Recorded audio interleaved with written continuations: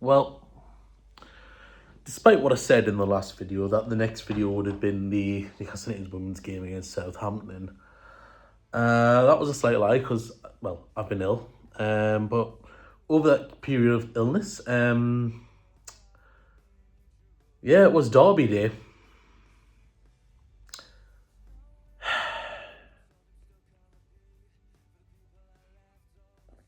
That was a disgrace. There is no other way that can be said other than that defeat was an absolute disgrace. Like,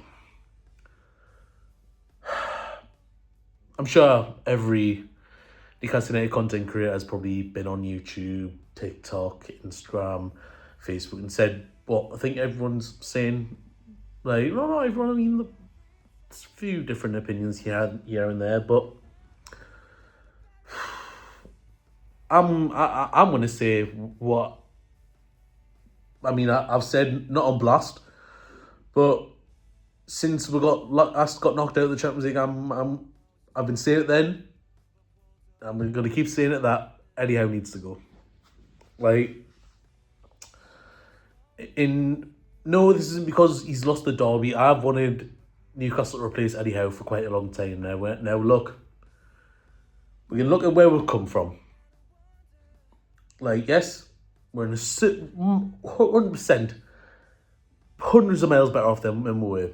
And if there is anybody who deserves to have a statue outside of St James's Park, that man is Eddie Howe.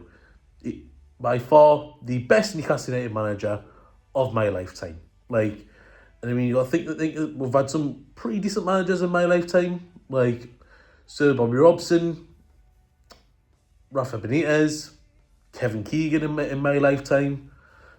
Like, I don't know if Kenny Dalglish was in my lifetime. I mean, Ruud Hull wasn't a bad manager when he wasn't managing Newcastle. Who also had who's went on to achieve these things? Like, I mean, Alan Pardew was a decent Premier League manager, not a great Premier League manager, but a decent. Like, we've had some good managers. Had some terrible ones too. There's no ifs, buts about it. Like, and yes, Eddie Howe has improved a lot of players, and there's still some players who are playing well under Eddie Howe, but a lot of players,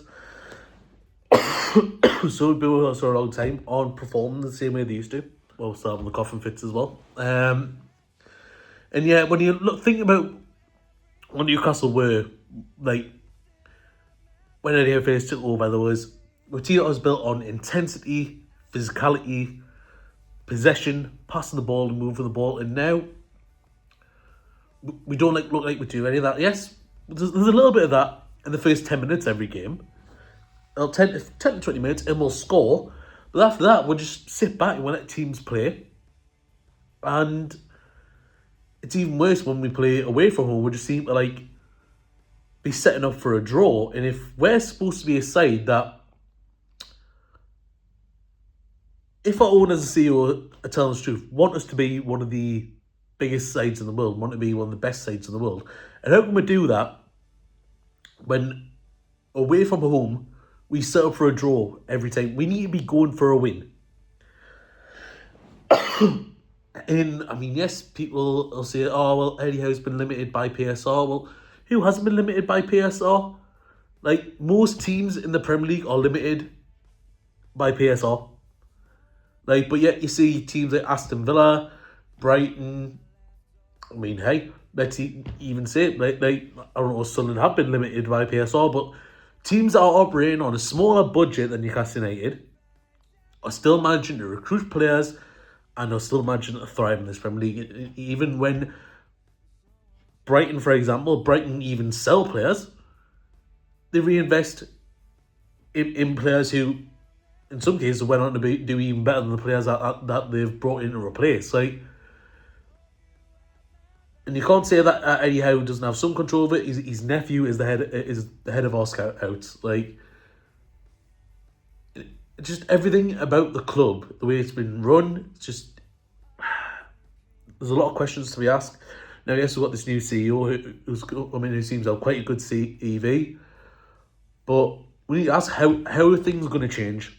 How are things going to change? I mean, I'm led to believe that there is money to spend in January. But again, are we going to be overspending or being forced to overspend because teams know we've got money? It's really hard to say, but I think I don't think Eddie Howe will go this season. If we lose tonight against Fulham, it's hard to say. But change is needed from the top to the bottom of the club. Like,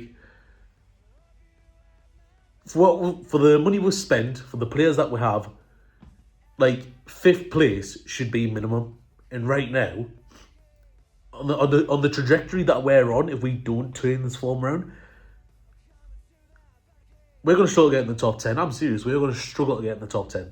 Like, I didn't think in the lead up to Christmas that would be something I would be saying. I thought, oh, well, you know what? We'll be knocking on the door for Europe. Like, I thought it was going to be a challenge to get back in Europe. I said it was going to be a long season, but I did not think it was going to be this much of a struggle. But I think the club really does have to assess, like, is Eddie Howe the man to take it forward? Personally, for me, I think he's hit his ceiling. The faults in his game are now becoming glaring obvious. We've been found out. And yet the man just does not seem to change his tactics whatsoever. Won't change the team, won't change the setup. Like, has his favourites. So, like, literally, if you sign for this club, like, God help you, because if you're not one of Eddie Howe's favourites, you're not getting in this team. Like, there's no ifs, buts about it. Like,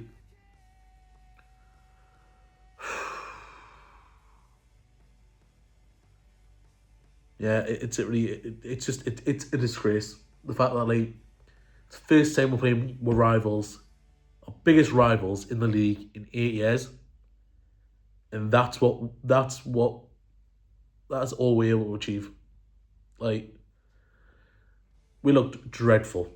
Like, the team was just the goalkeeper in defence. Can't argue with. If I was in charge of picking that team, that the defence and the goalkeeper as a team would maybe if Nick Pope was fit, I probably would prefer Nick Pope in goal to Aaron Ramsdale. But the midfield, like, the only person that can hold the head high is Bruno Guimaraes. Like, I mean, between him and Malik Chow for our player of the season, like, Bruno's been phenomenal this year.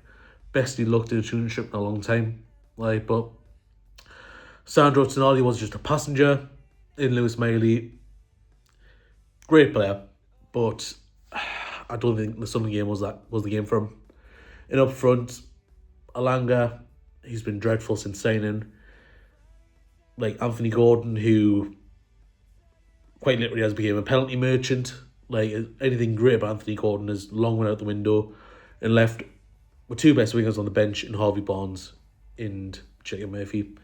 Then obviously, I don't want to be harsh on him, but the less said about Voltemada in that game, the better. But even still, he's been a passenger in this team.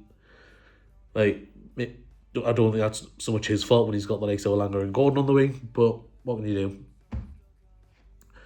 Yeah, not the team would have played. That was a day for Warriors, and left with biggest warrior in Joe Linton on the bench. Fair enough, I understand he wasn't probably 100%, but in a game where you need a warrior, you leave him on the bench. Like, I'm going to finish the video by saying that, look, change is desperately needed in Newcastle United right now. Like, honestly, I think if we don't get European football, it's an absolute failure of a season. And honestly, I think, be fair, look, we know this ownership can be brutal and savage when it comes to making change. I mean, the way that the women's previous manager, Becky Langley, was sacked after, yes, wasn't great in the league, but had a good cup game. Fair enough, it ended in being knocked out on penalties, but a lot of people thought that this might be the sign she was going to turn things around. And no, the club said, right, you've had your time. Bang, gone. And I was wondering if we could see, let's say, if we get knocked out of Fulham, it's our title defence over now. Will the club be that brutal again? Time will tell. But if in the event Eddie Howe does go, I'm sure me and Rob will talk about that as soon as possible. And yeah, that is going to be it for now for the Blue Star Club. I'm going to get myself ready and we're going to do a match day vlog. And yeah, see you against Fulham.